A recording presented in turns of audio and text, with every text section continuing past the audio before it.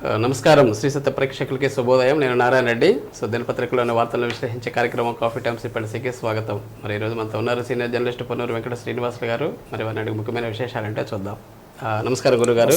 Good morning. Very good morning and welcome to coffee time. ఒకసారి headline చూద్దాం. చూడండి. So ముందుగా సాక్షిలో చూస్తే చెప్పవయ్యా చంద్రబాబు బచ్చా అంటూ భయమెందుకు, చిత్రపాల మేమంతా సభలో సీఎం వైఎస్ జగన్ ధ్వజం. జన జాతర అనకాపల్లి జిల్లా గుడిచెర్ల నుంచి ప్రారంభమైన 19వ రోజు మేమంతా సిద్ధం యాత్ర. చంద్రబాబు ఆదేశాలతోనే సీఎం జగన్పై హత్యాయత్నం. ఇది బోండా ఉమా అనుచరులతో చేయించిన దాడి. ఇక ఓటమి భయంతోనే టీడీపీ ఉన్మాదం. మంగళగిరిలో లోకేష్ ఓటమి ఖాయమని పసిగట్టి హింసాత్మక చర్యలకు దిగిన టీడీపీ. ఇక మార్గదర్శి రామోజీపై కేసు కొట్టివేతను ఆక్షేపించిన సుప్రీంకోర్టు. హైకోర్టు రిజర్వ్ బ్యాంకు వాదనలు విని ఉండాల్సింది. ఇక గ్లాస్తో దాడులకు దిగాలి, సీఎం జగన్పై ప్రజలంతా తిరుగుబాటు చేయాలి అని చెప్పేసి నిన్న చంద్రబాబు ఏదో అన్నారంట. అది గురించి ఈనాలో చూస్తే ఆంధ్రాకు అప్పులే శాపం, నిరుద్యోగం తాండవిస్తుంది, సంపద సృష్టించకుండా సంక్షేమ కార్యక్రమాలంటే ఎలా, రాష్ట్ర రుణాలు 14 లక్షల కోట్లు దాటిపోయాయి, ప్రత్యక్ష నగదు బదిలీ స్వల్పకాలంగా బాగానే ఉంటుంది కానీ దీర్ఘకాలంలో అన్ని రంగాలపైన దుష్ప్రభావం చూపుతుందని చెప్పేసి ఒక వార్తా కథనం రాశారు. ఇక మిగిలింది కన్నీరే, గుక్కిడి తాగు నీరెవరని జగనన్న, నీరోకు పెద్దన్న, 100 గ్రామాల్లో దాహం కేకలు. ఇక దళితులంటే జగన్కు చులకన, వైకాపాలో దళిత నేతలపైన పెత్తందారితనమే. ఇక ప్రధానితో చెప్పి జగన్కు ప్రత్యేకంగా ఓ జైలు. ఎవరిది, పరదాల మహారాణిని సాగనంపే సమయం ఆసన్నమైంది. పవన్ కళ్యాణ్ ఎన్డీఏ అధికారంలోకి రావడం, వైకాపా గోండాల తాటి తీయడం ఖాయం. ఇక ఎట్టకేలకు దుర్గారావు విడుదల. గురకరాయి కేసులో 4 రోజులుగా పోలీసుల నిర్బంధంలో హెబియస్ కార్పస్ పిటిషన్ వేయడానికి సిద్ధమవడంతో శనివారం రాత్రి విముక్తి. అది అవి ఈనాడులో వచ్చినవి. చివరిగా ఆంధ్రజ్యోతిలో చూస్తే ఉద్యోగాలు కావాలా గంజాయి కావాలా, ఏది కావాలో ప్రజలు తేల్చుకోవాలి బాబు, జగన్ది నకిలీ నవరత్నాలు, మావి సూపర్ 6. 65 ఏళ్ళు దాటిన ఆరోగ్య బీమా, హెల్త్ ఇన్సూరెన్స్ వయో పరిమితి రద్దు, క్యాన్సర్, గుండె జబ్బులు, ఎయిడ్స్ బాధితులకు బీమా సదుపాయం కల్పించాలి. ఇంతకుముందుకు లేదేమో సార్. మంచిది. ఇక మైగ్రైన్ మాయం, న్యూరో స్టిమ్యులేటర్ ఇంప్లాంట్తో బాధ నుంచి శాశ్వత విముక్తి. బీజేపీ అధికారంలోకి వస్తే మళ్ళీ ఎన్నికల బాండ్లు, దీనిపై అన్ని వర్గాలతో సంప్రదింపులు, కేంద్ర మంత్రి నిర్మలా సీతారామన్. ఆమె వ్యాఖ్యలపై కాంగ్రెస్ ఫైర్.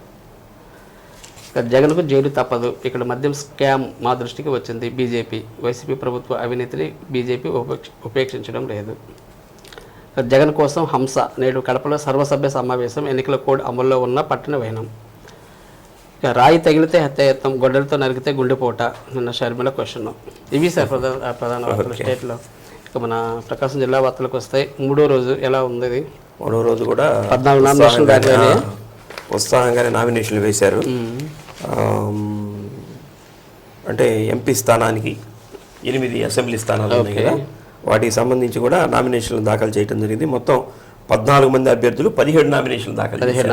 అంటే ఒక్కొక్కటి 2 సెట్లు వేసే వాళ్ళు కూడా ఉంటారు కాబట్టి వైఎస్ఆర్సీపీ తరఫున ఎంపీ అభ్యర్థిగా చెవిరెడ్డి భాస్కర్ రెడ్డి గారు 2 సెట్లు నామినేషన్ వేశారు. అలానే వారి సతీమణి చెవిరెడ్డి లక్ష్మి గారు కూడా 1 సెట్టు దాఖలు చేయడం జరిగింది. అంటే వాళ్ళే 3 సెట్లు దాఖలు చేశారు.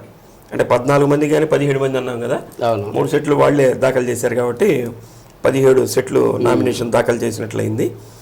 అలానే స్వతంత్ర అభ్యర్థిగా జగదీష్, రాయపాటి జగదీష్ గారు 1 నామినేషన్ దాఖలు చేశారు. అసెంబ్లీకా స్వతంత్ర అభ్యర్థిగా, ఎంపీ అభ్యర్థిగా అభ్యర్థి ఉంది. ఆయన కూడా వచ్చాడు. జిల్లాలో 8 అసెంబ్లీ నియోజకవర్గాలకు సంబంధించి మార్కాపురం, సంతనూతలపాడు, కనిమిరి సెగ్మెంట్లో నిన్న ఒక నామినేషన్ కూడా దాఖలు కాల నిన్నటి వరకు. అయితే ఎర్రగొండపాలెం అసెంబ్లీ స్వతంత్ర అభ్యర్థిగా గొట్టిముక్కల సుజాత, దర్శి అసెంబ్లీ టీడీపీ తరఫున గొట్టిపాటి లక్ష్మి, బహుజన సమాజ్ పార్టీ నుంచి ఇత్తడి శివప్రసాద్, ఒంగోలు అసెంబ్లీకి స్వతంత్ర అభ్యర్థిగా చప్పిడి రవిబాబు, కొండపి అసెంబ్లీ నియోజకవర్గంలో వైఎస్ఆర్సీపీ తరఫున ఆదిమూలపు సురేష్, పిరమిడ్ పార్టీ అటు ఇదేదో కొత్తగా పెట్టినట్టున్నారు, పిరమిడ్ పార్టీ నుంచి బాలకోటయ్య మెండ, బీఎస్పీ నుంచి రావినూతల మాట్రిక, స్వతంత్ర అభ్యర్థిగా మామిడి మాల్యాద్రి, గిద్దలూరు అసెంబ్లీ స్వతంత్ర అభ్యర్థులుగా బాలసాని మాల్యాద్రి రెడ్డి, కొప్పోలు నరసింహులు నామినేషన్లు దాఖలు చేసినట్టు. అయితే ఎక్కువ మంది, చాలామంది స్వతంత్ర అభ్యర్థులుగా కూడా బరిలోకి దిగుతున్నట్లు తెలుస్తుంది. మరి వీళ్ళ ధైర్యం ఏమిటో మరి నిరసన తెలియజేయడానికి ఇట్లా స్వతంత్ర అభ్యర్థులుగా పోటీ చేస్తున్నారు. రకరకాలైనటువంటి కారణాలు కూడా ఉంటాయి స్థానికంగా. ఇక జగనన్నతో ప్రతి కుటుంబానికి మేలు. బాలినేని శ్రీనివాసరెడ్డి గారు ఎన్నికల ప్రచారాన్ని విస్తృతంగా నిర్వహిస్తున్నారు. నిన్న ఒంగోలు 51 డివిజన్లో వారు ఎన్నికల ప్రచారాన్ని నిర్వహించడం జరిగింది. అలానే వారి కుమారుడు ప్రణీత్ రెడ్డి గారు కూడా ఒంగోలు మండలం గుండాయిపాలెంలో వారు ఎన్నికల ప్రచారం నిర్వహించారు. వారి కోడలు శ్రీకావ్య గారేమో 4వ డివిజన్లో కూడా నిర్వహించడం జరిగింది. ఎన్నికల ప్రచారాన్ని ముగ్గురు విస్తృతంగా నిన్న నిర్వహించారు. అయితే ఏ ఆపద వచ్చినా నేను అండగా ఉంటానని చెప్పి నేను కొత్తపట్నం మండలం ఈతముక్కల్లో టీడీపీ నుంచి జనసేన నుంచి వైసీపీలోకి చేరారట. వాళ్ళందరినీ కూడా పార్టీలోకి ఆహ్వానించారు. మొత్తం మీద మీ అందరికీ అండగా ఉంటాం, జగనన్న ప్రభుత్వంతో ప్రభుత్వాలన్నిటికీ మేలు జరుగుతుందని వారు స్పష్టం చేయడం జరిగింది. ఇక ప్రేమ జంట బలవన్ మరణం ఎక్కడ విషాదకరమైనటువంటి వార్తే. యువకులు బాగా మార్కాపురం నియోజకవర్గం మార్కాపురం మండలం గజ్జలకొండ పంచాయతీలోని పిచ్చిగుంట్లపల్లిలో అబ్బాయికేమో 23 సంవత్సరాలు, అమ్మాయికేమో 19 సంవత్సరాలు. ఇద్దరు మేజరే. అయినా కానీ ఇతను ట్యాంకర్ డ్రైవర్గా పనిచేస్తాడట. ఈ అబ్బాయి కులాంతర వివాహంలా ఉంది ప్రేమ. అయితే ఆ పాపకి వేరే సంబంధాన్ని కుదిరిచ్చారంట ఇంట్లో వాళ్ళు. అంటే ఈ సంబంధం ఇష్టం లేక సందర్భంలో పెళ్ళి అనుకున్నారు, ఇవాళ అనుకున్న పెళ్ళి. ఆ సందర్భంగా వాళ్ళు నిన్న ఇద్దరు మరి ఏం భావించారో ఏమిటో, చిన్న వయసులోనే వారికి ప్రగాఢమైనటువంటి ప్రేమ ఇది ఉన్నట్లుంది. మొత్తం మీద ఇద్దరు సూసైడ్ చేసుకునేది ఒక విషాదకరమైనటువంటి. చాలా ధైర్యం ఉండాలి సార్, చాలా ధైర్యం ఉండాలి. ఒకళ్ళని కోసం ఒకళ్ళు అనేది ఇద్దరు మేజర్లు చక్కగా చట్టాన్ని ఆశ్రయించవచ్చు. ఈ రోజుల్లో ఏమి లేవు కానీ అని మరి ఎందుకో వాళ్ళు పిరికి తలంతో ఆ విధంగా చేసినట్లున్నారు. ఇలాంటి మటుకు ఎవరు యువత కూడా ఎవరైనా వివాహం ప్రేమించినప్పుడు పెద్దలకి చెప్పి ఒప్పించడం, లేకపోతే మీ మీద మీకు కాన్ఫిడెన్స్ కనుక ధైర్యంగా ఎదుర్కోవాలి, ధైర్యంగా ఎదుర్కొని వివాహం చేసుకుంటే మంచిది. కానీ ఈ విధంగా ప్రాణాలు పోవటం వల్ల ఏమైంది, అటు కుటుంబంలో విషాదం ఇటు కుటుంబంలో విషాదం, వీళ్ళ ప్రాణాలు పోయి సాధించింది ఏముండదు.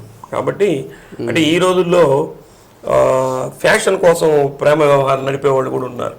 అట్లా కాకుండా వీళ్ళు స్వచ్ఛందంగా ప్రేమ కోసమే వాళ్ళు జీవించి వివాహం చేసుకోవాలని వాళ్ళు త్యాగం చేయటం అనేది ఒక రకంగా వీళ్ళని అభినందించాల్సిందే. కానీ ఇలా విషాదంగా ముగియటం అనేది మటుకు మార్గం కాదు. కాబట్టి దీన్ని యువకులు ప్రేమలో ఉన్నటువంటి వాళ్ళు దీన్ని ఒక లెసన్గా తీసుకొని పోరాటం చేయాలి ఎప్పుడైనా సరే. ఇప్పుడు విషం దాగి వాళ్ళు మరణించినందువల్ల ఉపయోగం ఏమి ఉండదు కాబట్టి జీవితం వరకు ఇటువంటివి సారి యువత ఆలోచన చేస్తే మంచిది. ఇక వెట్టి చాకరీ వద్దు అంటే ఇప్పుడు వాలంటీర్లు రాజీనామా చేస్తున్నారు కదా, వాలంటీర్లు రాజీనామా చేసి వైసీపీలో చేరే కొంతమంది చేస్తున్నారు, టీడీపీలో కూడా కొంతమంది చేస్తున్నారు. అది నిన్న తల్లుపాడులో కొంతమంది వాలంటీర్లు 5,000 రూపాయల ఉద్యోగానికి మేము వెట్టి చాకరీ చేస్తున్నాం, చంద్రబాబు నాయుడు గారు 10,000 రూపాయలు మాకు ఇస్తా అన్నారు, కాబట్టి మేము ఈ వాలంటరీ ఉద్యోగానికి రాజీనామా చేసి టీడీపీకి మద్దతు తెలియజేస్తున్నాం. మాకు గవర్నమెంట్ రాబోయే రోజుల్లో ప్రభుత్వానికి సంబంధించినటువంటి పోస్టింగ్స్ కూడా రిలీజ్ చేస్తారని చెప్పి వాళ్ళు ప్రామిస్ చేశారు, కాబట్టి మేము దానికి సపోర్ట్ చేస్తున్నామని చెప్పి ఈ వాలంటీర్లు రాజీనామా చేయడం జరిగింది.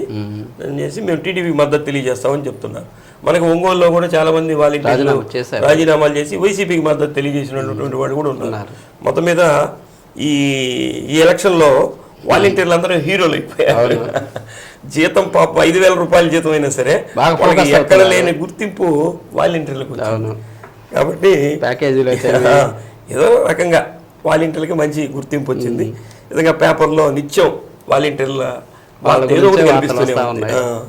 నిన్న ఘనంగా చంద్రబాబు పుట్టినరోజు, చంద్రబాబు నాయుడు గారి జన్మదినోత్సవ వేడుకలు నిన్న జిల్లా వ్యాప్తంగా. అంటే ఎలక్షన్ మూమెంట్ కదా, ఇప్పుడు ప్రతి చిన్న కార్యక్రమాన్ని కూడా ఏదో ప్రచారం ఉంటుంది. చంద్రబాబు నాయుడు గారికి వారి అభిమానులు టీడీపీ శ్రేణులు జిల్లా వ్యాప్తంగా కూడా ఈ ఎటుదిరిగి ప్రచార కార్యక్రమాల్లో ఉన్నారు. కాబట్టి చంద్రబాబు నాయుడు గారి యొక్క జన్మదినోత్సవ వేడుకల్ని ఘనంగా నిర్వహించుకొని రాబోయే రోజుల్లో మళ్ళీ ముఖ్యమంత్రిగా ఆయన చూడాలనే ఆకాంక్షను అయితే వారి అభిమానులు వాళ్ళందరూ కూడా వ్యక్తం చేయడం జరిగింది. ఇక 30లోగా సర్వీస్ క్రమబద్ధీకరణ దేనికి సార్? ఇది టీచర్స్కి సంబంధించి ఈ వాళ్ళు కూడా క్రమబద్ధీకరణ చేసుకోవాలి. అంటే ఇప్పుడు పెన్షన్ తీసుకునేటువంటి వాళ్ళు లైవ్ సర్టిఫికేట్ అని ఇస్తుంటారు. ప్రతి సంవత్సరానికి ఒకసారి లైవ్ సర్టిఫికేట్ ఇవ్వాలి మేము బ్రతుకున్నట్లు అన్నట్లుగా. అట్లని వీళ్ళు కూడా 30లోగా సర్వీస్ క్రమబద్ధీకరణ చేసుకోవాలని కోరుతున్నారు. సర్వీస్ క్రమబద్ధీకరణకు అవసరమైన ఉపాధ్యాయులు, మరి సర్వీసు క్రమబద్ధీకరణ కాకుండా వాళ్ళకి అపాయింట్మెంట్ ఇస్తారు కదా, అపాయింట్మెంట్ ఇచ్చారంటే వాళ్ళ క్రమబద్ధీకరణ అయితేనే కదా జీతాలు ఇచ్చేది. మళ్ళీ ఇవన్నీ ఎందుకు పెడతారో మనకైతే అర్థం కాదు. కానీ దాని ఏమన్నా వాళ్ళ రూల్స్ ఏమైనా ఉంటాయేమో. ఈ నెల 30వ తేదీలోపు దరఖాస్తు చేసుకోవాలి డిఈఓ సుభద్ర గారు తెలిపారట. దీనిలో ఇనిషియల్ క్యాడర్ ఉద్యోగంలో చేరినటువంటి ఎన్జీటీ స్కూల్ అసిస్టెంట్లు, తెలుగు పండిట్లు, పీఈటీ అర్హులు, వాళ్ళంట అర్హులు, ఇనిషియల్ క్యాడర్ అంట దీని పేరు ఉద్యోగంలో చేరినటువంటి వాళ్ళు చేసుకోవాలని చెప్పి కోరుతున్నారు. కాబట్టి 23 నుంచి 24 నుంచి సెలవులు కదా, 23 నుంచి. కాబట్టి వాళ్ళకి సంబంధించినటువంటి పెండింగ్ వర్క్స్ ఇవన్నీ కూడా ఈ నెలలో కంప్లీట్ చేసేదానికి అవకాశం ఉన్నట్టు తెలుస్తుంది. ఓకే, రేపేంటి సార్ షర్మిల పర్యటన జిల్లాలోనే? జిల్లా పర్యటన ఎర్రగొండపాలెం నియోజకవర్గంలోనే. అక్కడ అజితారావు గారు, బోదాల అజితారావు గారు పోటీ చేస్తున్నారు కదా కాంగ్రెస్ పార్టీ తరఫున. కాబట్టి అక్కడ ప్రచారాని కోసం షర్మిల గారు వస్తున్నారు. ఈ మధ్యలో షర్మిల గారి యొక్క ఉపన్యాసాలు కూడా బాగా ఎక్కువ మంది ఆకర్షితులు కావటం, అందరూ ఎక్కువ మంది జనాలకు వెళ్తుంది. కాబట్టి ఎక్కువ మంది కూడా అక్కడ గ్యాదర్ అయ్యేదానికి అవకాశం ఉంటుంది. కాబట్టి రేపు ఈ కార్యక్రమం జరుగుతుంది. కాబట్టి కాంగ్రెస్ పార్టీ శ్రేణులు కూడా జిల్లా వ్యాప్తంగా ఉన్నవాళ్ళు కదిలి రావాలని చెప్పి డీసీసీ అధ్యక్షుడు యదా సుధాకర్ రెడ్డి గారు కోరుతూ ఉన్నారు. మొత్తం మీద రేపు జిల్లాలో వారి పర్యటన కొనసాగుతుంది. షర్మిల మొట్టమొదటి పర్యటన అనుకుంటా. అంటే ఇప్పుడు ఎలక్షన్ గతంలో నూతన పాటుగా ఏదో వచ్చినట్లున్నారు కాంగ్రెస్ పార్టీలో చేరిన తర్వాత. ఇప్పుడు ఎలక్షన్ సందర్భంగా క్యాంపెయిన్కి ఇదే రావడం. ఇక నీటి సరఫరాపై దృష్టి ఏంటి సార్, ఇబ్బంది లేకుండా ఉందా? ప్రస్తుతానికి బాగానే వస్తున్నట్లు ఉన్నాయి. మొత్తం మీద ఈ మధ్యలో 5 టీఎంసీల నీటిని కూడా విడుదల చేయడం జరిగింది. అవి కూడా కొంత వస్తున్నాయి. సమ్మర్ స్టోరేజ్ ట్యాంకులు కూడా నింపుతున్నారు. అయితే నిన్న కమిషనర్ గారు దీని మీద ఒక ప్రత్యేకమైనటువంటి సమావేశాన్ని ఏర్పాటు చేసి నీటి సరఫరా, చలివేంద్రాల ఏర్పాటు, అభివృద్ధి పనులు, పోలింగ్ కేంద్రాల వసతుల కల్పన వీటన్ని మీద కూడా ప్రత్యేకమైనటువంటి దృష్టి పెట్టమని చెప్పి అధికారులను కూడా ఆదేశించడం జరిగింది. లాస్ట్ ఇయర్ అయితే మజ్జిగ చలివేంద్రాలు కూడా ఏర్పాటు చేస్తారు దీని తరపున, నగరపాలక సంస్థ తరపున. మరి ఈ సంవత్సరం ఇంకా అయితే ప్రారంభించలేదు. మొత్తం మీద త్వరలో ఆ మజ్జిగ చలివేంద్రాలు కూడా ప్రారంభిస్తారేమో చూడాలి. పెరిగిపోతానే ఉన్నాయి.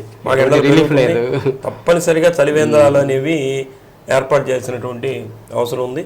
మజ్జిగ చలివేంద్రాలు కూడా ఏర్పాటు చేస్తే మంచిదే.